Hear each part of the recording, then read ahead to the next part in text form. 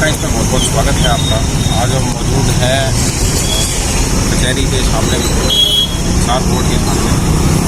अनिश्चितकालीन धरना मीडिया शिक्षकों का जारी है। हम देखते हैं, उनसे बातचीत करते हैं कि आगे ये क्या आगे चलेगा। सरकार मुर्दाबाद, प्रदेश का मुखिया मुर्दाबाद, झूठा मुख्यमंत्री मुर्दाबाद, झूठा छोटा मुख्यमंत्री मुर्दाबाद, शिक्षा मंत्री मुर्दाबाद, प्रदेश की सरकार मुर्दाबाद, 1983 परिवारों की अत्याचारी सरकार मुर्दाबाद, संघर्ष जिंदाबाद, 1983 परिवारों के अत्याचारी सरकार मुर्दाबाद, 1983 परिवारों के अत्याचारी सरकार मुर्दाबाद, झूठा मुख्यमंत्री मुर्दाबाद, झूठा शिक्षा मंत्री मुर्दाबाद, झूठा मुख्यमंत्री मुर्दाबाद, छोटा भैया मुर्दाबाद, सरकार मुर्दाबाद,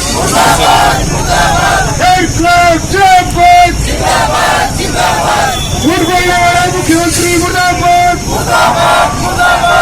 सरकार मुर्दाबाद, सरकार मुर्दाबाद, सरकार मुर्दाबाद, हमारे शहर जिंदाबाद।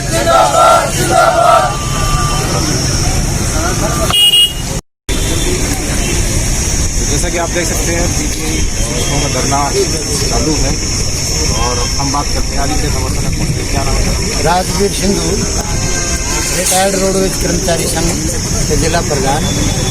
आज पीटीआई कर्मचारी संघ का तन मन धन से पूर्ण समर्थन करता है और हरियाणा सरकार से आग्रह करना चाहते हैं कि समय रहते हुए इनकी नौकरी बहाल की जाए, अन्यथा हम इस समर्थन में हरियाणा के तमाम कर्मचारी संगठनों को एक स्टेज पर लाके इस लड़ाई को इतनी लंबी, इतनी तीखी बना देंगे कि हरियाणा सरकार को झेलनी मुश्किल हो जाएगी। और स्पष्ट शब्दों में इस बात की चेतावनी देना चाहते हैं हरियाणा सरकार को कि या तो पीटीआई कर्मचारियों को नौकरी पर बहाल किया जाए, अन्यथा आने वाले चुनाव में सरकार इसके रिजल्ट देखने के लिए तैयार है। इसमें तमाम हरियाणा की कर्मचारी की लड़ाई है, ये मान सम्मान की कर्मचारियों की लड़ाई है।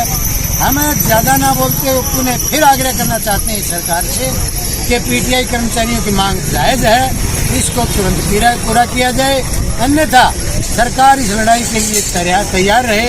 इसी के साथ हम ज़्यादा कुछ न कहते हुए हम यही कहना चाहते हैं कि भाई कर्मचारी की मांग बातचीत के द्वारा तुरंत हल की जाए, अन्यथा इसके रिजल्ट सरकार के लिए अच्छे नहीं।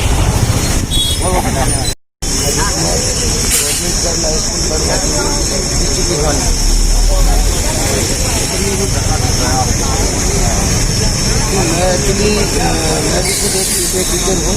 2010 से 83 भाइयों में मैं भी हूँ और सरकार ने माननीय सुप्रीम कोर्ट की आड़ लेकर के ये जो फैसला सुनाया है वो गलत सुनाया है, क्योंकि जहाँ तक मैं समझता हूँ और मेरे भाइयों की तरफ से ये आश्वासन भी है मुझे कि जो ये फैसला है सरकार उसकी आड़ में हमारे साथ जो है गलत किया है।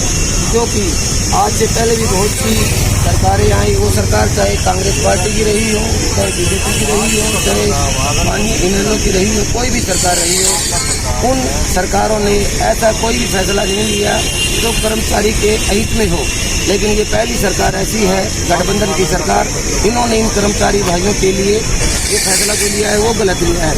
वो सरकार माननीय सुप्रीम कोर्ट के फैसले को हम भी मानते हैं और उनका सम्मान करते हैं, लेकिन उस फैसले को रखते हुए माननीय सरकार, मुख्यमंत्री खट्टर साहब या उप मुख्यमंत्री हुसैन चौटाला जी कोई भी कैबिनेट में विधेयक ला करके, पहले भी बहुत से विधेयक आकर के सरकार कर्मचारियों को जो है रखा है और बहुत सी जो सरकारें हैं ऐसी विधेयक पारित कर करके इन परिवारों को बचाया है। और मैं सरकार से गुहार भी लगाता हूँ कि ये भी माननीय सरकार जो है गठबंधन की सरकार है, हमारे 1983 परिवार हैं, उनको बचाने का काम करे। हम सरकार से यही गुहार लगाते हैं, इनके परिवार, इनके बच्चों का लालन पोषण इनकी जिम्मेवारी बनती है और हम सरकार से यही गुहार लगाएंगे बार बार, हमारे परिवारों को बचा लिया जाए, बचा लिया जाए, बचा लिया जाए। धन्यवाद। जिला सचिव हरियाणा विद्यालय तो 1983 पीटीआई का जो मामला है, 8 अप्रैल 2020 को जो फैसला आया, तब से ही हरियाणा विद्यालय अध्यापक ने लोक से जिला स्तर तक 3 बार हमने ज्ञापन दिया। कई बार प्रयास कर चुके हैं शिक्षा मंत्री बातचीत से टेबल के आगे बात लेकिन शिक्षा मंत्री जो समय नहीं। तो अभी 18 तारीख को हरियाणा विद्यालय अध्यापक ने फैसला लिया है कि 22 तारीख का टाइम दिया है शिक्षा मंत्री अल्टीमेटम देते हुए कहा है 22 तारीख को बातचीत करके बुलाता है तो बातचीत के लिए तैयार है, नहीं तो 24 तारीख को पूरे तमाम जिला हेडक्वार्टर तब भी अगर शिक्षा मंत्री बातचीत के लिए या शिक्षा सुधार के लिए बातचीत नहीं करता तो हम आगे की रणनीति शिक्षा मंत्री की तरफ से कोई आपको आगे जवाब आया? अभी शिक्षा मंत्री के पास अभी तक कोई जवाब नहीं आया। हमारे यमुनानगर के साथी बार बार उनसे लिखित में भी और मतलब मिलकर भी काफ़ी बार प्रयास कर चुके हैं।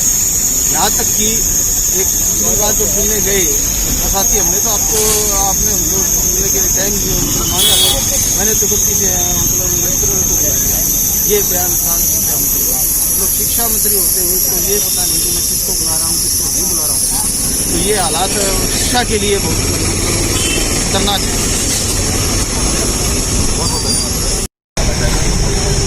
अभी क्या रणनीति आपने बनाई है?